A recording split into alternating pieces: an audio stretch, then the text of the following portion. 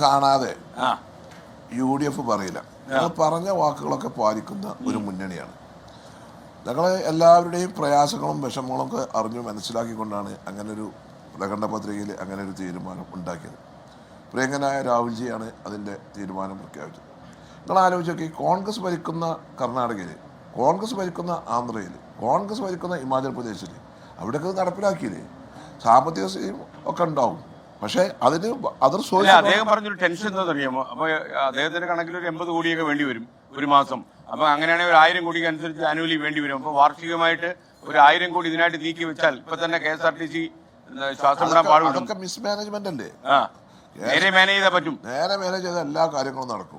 ഇതിനു മുമ്പ് ഉമ്മൻചാണ്ടി സാറ് 2011 മുഖ്യമന്ത്രി ആയിരിക്കുന്ന കാലഘട്ടത്തിൽ ഒരുപാട് ജനപ്രിയ പരിപാടി നടപ്പിലാക്കിയില്ലേ? നിങ്ങൾ ആലോചിച്ചൊക്കെ ഭോജന സമ്പർക്ക പരിപാടി നടപ്പിലാക്കി, ജനസമ്പർക്ക പരിപാടി നടപ്പിലാക്കിയിട്ട് എത്ര ആനുകൂല്യം കൊടുത്തിന്? അപ്പം തന്നെ ചെക്കും കാര്യങ്ങളൊക്കെ കൊടുത്തിരുന്നല്ലോ, ഫണ്ട് കൊടുത്തിരുന്നല്ലോ. ഇപ്പോഴത്തെ കാലത്തിന് കഴിഞ്ഞ 10 കൊല്ലമായിട്ട് മനുഷ്യന്മാരെ കാണുന്നുണ്ടോ?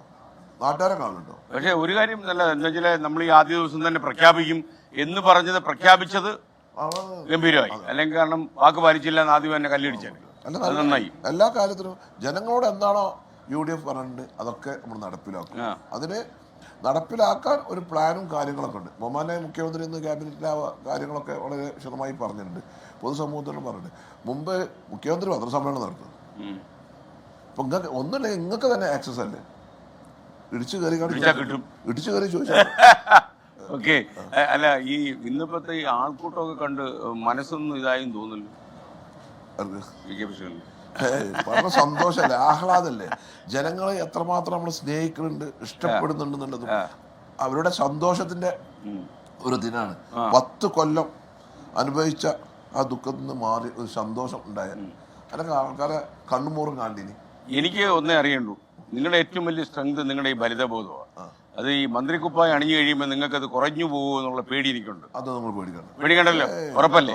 അങ്ങനെ ഉണ്ടെങ്കിൽ നമ്മൾ ഒറ്റയ്ക്കൊറ്റയ്ക്കൊന്ന് കാണും.